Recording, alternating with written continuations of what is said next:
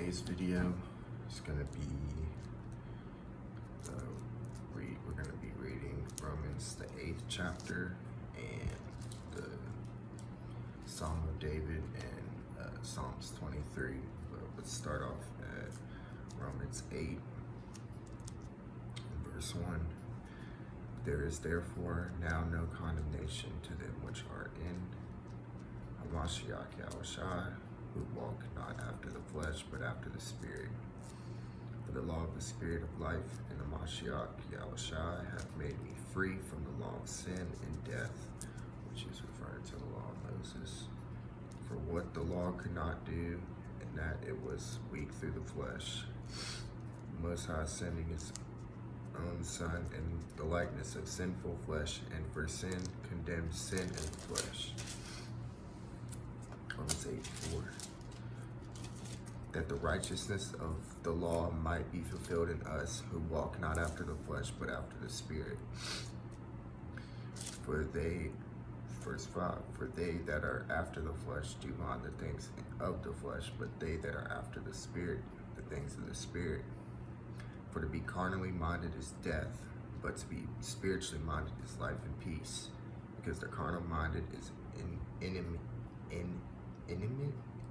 enmity, I can't even say that, against the Most High, for it is not subject to the law of the Most High, neither indeed can it be.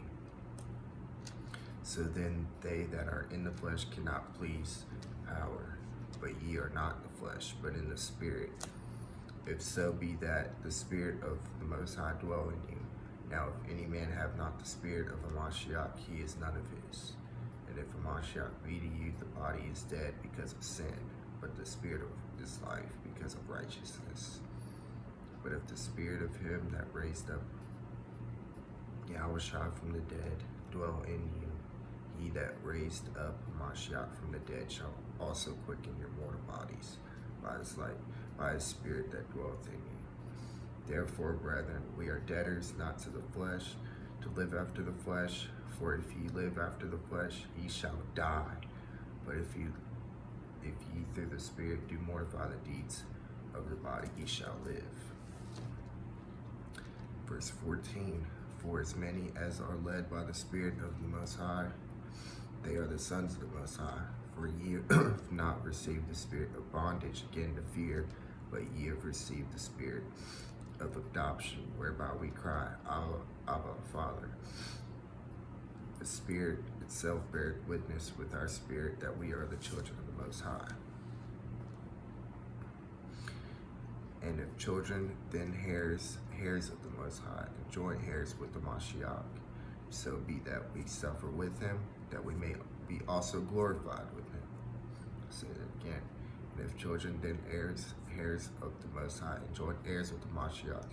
So be that we suffer with him, that we may be also glorified together. Verse 18, for I reckon that the sufferings of this present time are not worthy to be compared with the glory which shall be revealed in us. Verse 18 again, for I reckon that the sufferings of this present time are not worthy to be compared with the glory which shall be revealed in us. Verse 19, for the earnest expectation of the creature waiteth for the manifestation of the sons of the Most High. For the creature was made subject to vanity, not willingly, but by reason of him who hath subjected the same in hope. Verse 21, because the creature itself also shall be delivered from the bondage of corruption into the glorious liberty of the children of the Most High.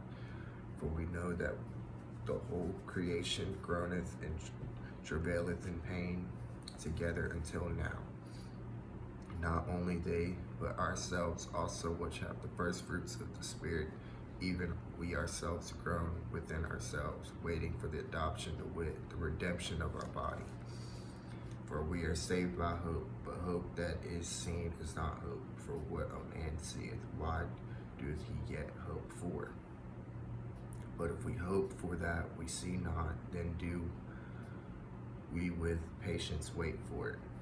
Likewise, the Spirit also helpeth our infirmities, for we know not what we should pray for as we ought, but the Spirit itself maketh intercession for us with groanings which cannot be uttered. Verse 27, and he that searcheth the hearts knoweth what is the mind of the Spirit, because he maketh intercession for the saints according to the will of the Most High. Verse 28, we know that all things work together for good to them that love the Most High, to them who are the called according to his purpose, for whom he did foreknow, he also did predestinate to be conformed to the image of his Son, that he might be the firstborn among many brethren. Verse 30, moreover, whom he did predestinate, them he also called, and whom he called, them he also justified, and whom he justified, them he also glorified.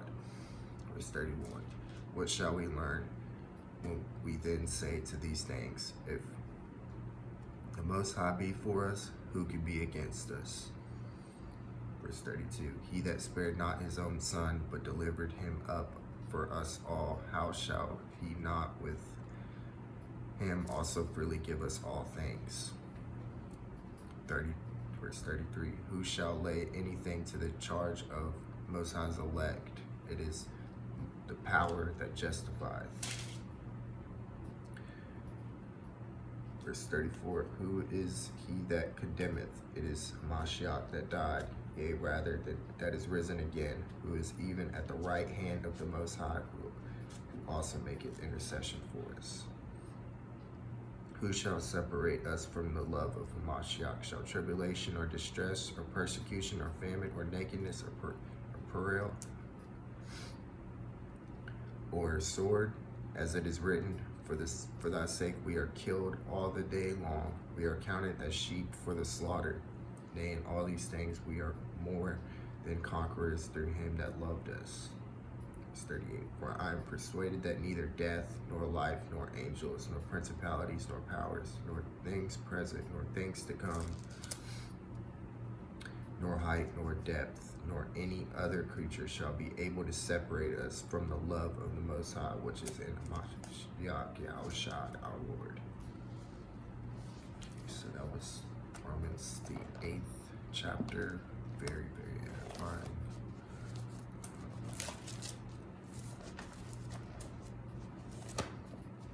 This is Psalms 23.